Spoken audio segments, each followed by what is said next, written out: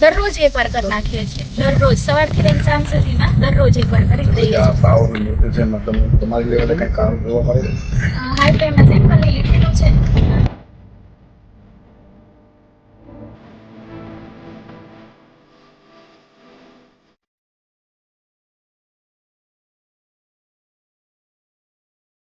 લખપત અને અબડાસા વિસ્તારના કેટલાક ચોક્કસ ગામોમાં જે રીતે ઉપરાઉપરી લોકોના મોત થઈ રહ્યા છે તેને લઈને આરોગ્ય વિભાગની સાથે સાથે હવે જિલ્લાનું વહીવટી તંત્ર પણ સફાળો જાગ્યું છે. 3 દિવસ પહેલા લખપત વિસ્તારના જાગૃત આગેવાનોએ 12 લોકોના ભેદી બીમારીથી મોત થયા હોવાના કરેલા ગંભીર આરોપો બાદ સ્થાનિક તંત્રથી લઈ રાજ્ય સરકાર સુધી આ ઘટનાની નોંધ લેવાઈ હતી. તાબડતોબ આરોગ્ય નિષ્ણાતોની ટીમ સહિત વિવિધ વિભાગોના અધિકારીઓ લખપત દોડી ગયા હતા અને જે વિસ્તારો અસરગ્રસ્ત છે ત્યાં હાઉસ ટુ હાઉસ સર્વે સહિતની કામગીરી હાથ ધરવામાં આવી હતી. હાલ આરોગ્ય વિભાગ દ્વારા આ મામલે શંકાસ્પદ વ્યક્તિઓના સેમ્પલ લેવામાં આવ્યા છે, પરંતુ હજુ સુધી મોતનું ચોક્કસ કારણ આ તમામ મામલાઓમાં સામે આવ્યું નથી. કચ્છ જિલ્લાના લખપત તાલુકાના બેખડા, સાંધ્રો, મોરનગર, મેડી, ભારાવાંડ, વાલાવારી અને લાખાપાર ગામોમાંથી 14 વ્યક્તિઓના મૃત્યુ થયા છે.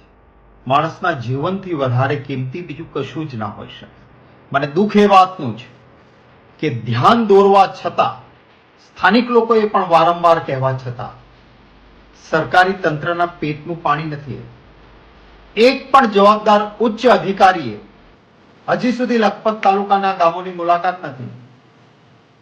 ટીમો મોકલવી જોઈએ, બહારથી નિષ્ણાત ડોક્ટરોને મોકલવા જોઈએ, લેબોરેટરી ટેસ્ટ થવા જોઈએ અને માણસના મૃત્યુને અટકાવવા.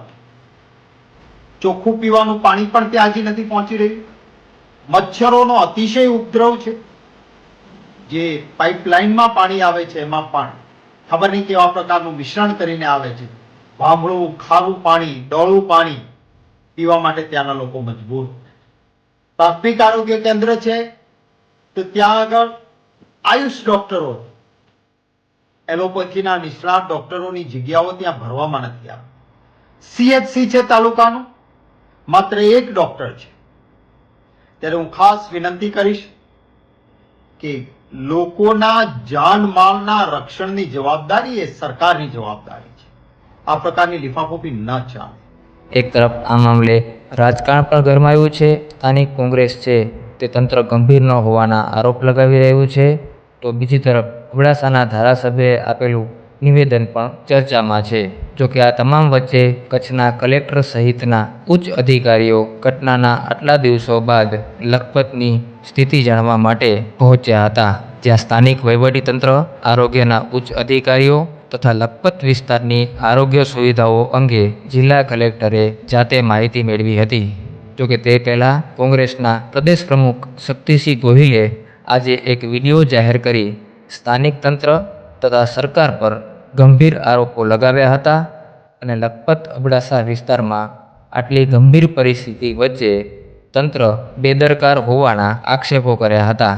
જે બાદ કલેક્ટરની આ મુલાકાત ઘણી સૂચક છે. આરોગ્યની બધી ટીમો અહીંયા કામગીરી કરી રહી છે.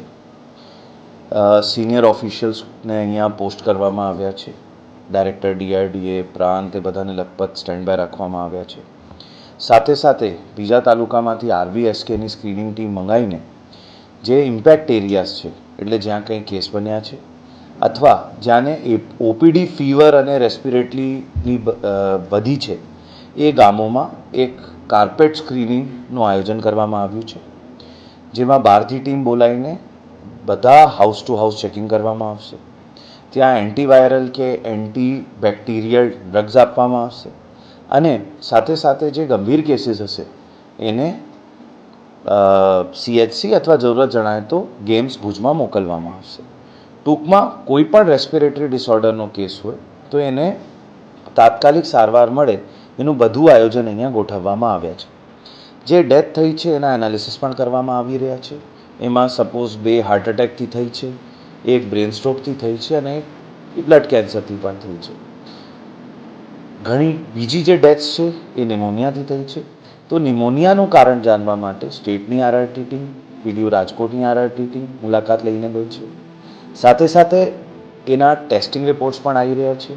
ફોર એક્ઝામ્પલ લેપ્ટોસ્પાયરોસિસ બધાના નેગેટિવ આવ્યા છે, સ્વાઇન ફ્લૂ પણ બધાના નેગેટિવ આવ્યા છે અને ટાઇફોઇડના પણ બધાના ટેસ્ટ નેગેટિવ આવ્યા છે. જે કેસીસ ગામમાં અત્યારે સ્ક્રીનિંગ ચાલી રહી છે એમાં 1 ડેન્ગ્યુ અને 2 મલેરિયા ફેલ્સીપેરમના કેસ મળ્યા છે અને 2 સિઝનલ ફ્લૂના કેસ મળ્યા છે.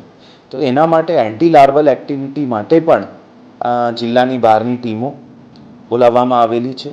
ફોગિંગ વધારાના પમ્પ્સ અરેન્જ કરવામાં આવેલા છે. સાથે સાથે CHC ખાતે વધારાના ડૉક્ટર પ્રતિનિયુક્તિથી મૂકવામાં આવેલા છે અને પોર્ટેબલ એક્સરે પણ ત્યાં મૂકવામાં આવેલા છે. 15 બેડની પણ ત્યાં વ્યવસ્થા કરવામાં આવેલી છે અને જો કે જરૂરત ના પડે પર પ્રિકોશનના લીધે ત્યાં ઓક્સિજન સિલિન્ડરની પણ વ્યવસ્થા ગોઠવવામાં આવી રહી છે. કલેક્ટરે આજે તમામ વિસ્તારોની મુલાકાત લીધા બાદ લખપત આરોગ્ય કેન્દ્રની મુલાકાત લીધી હતી અને જરૂરી આરોગ્ય સુવિધા છે કે નહીં તેની સમીક્ષા કરી હતી. મીડિયા સાથેની મુલાકાત દરમિયાન જિલ્લા કલેક્ટરે ભુજમાં પણ સુવિધા ઊભી કરાઈ હોવાની માહિતી આપવા સાથે આરોગ્ય વિભાગ જરૂરી તમામ પગલાં લઈ રહ્યા હોવાનો દાવો કર્યો હતો. જોકે સમગ્ર ઘટનામાં એક વાત ચોક્કસ છે કે ક્યાંક ને ક્યાંક સ્થાનિક તંત્રથી લઈ અને સરકાર પણ આ મામલે મોડી ગંભીર થઈ છે, કેમ કે સ્થાનિક આગેવાનો દ્વારા લાંબા સમયથી આ મામલાની રજૂઆતો કરાઈ હતી, પરંતુ 14 જેટલા મોત થઈ ગયા બાદ હવે આરોગ્ય વિભાગ તથા સ્થાનિક તંત્ર આ ઘટનાને ગંભીર સમજી કાર્યવાહીમાં લાગી ગયું છે.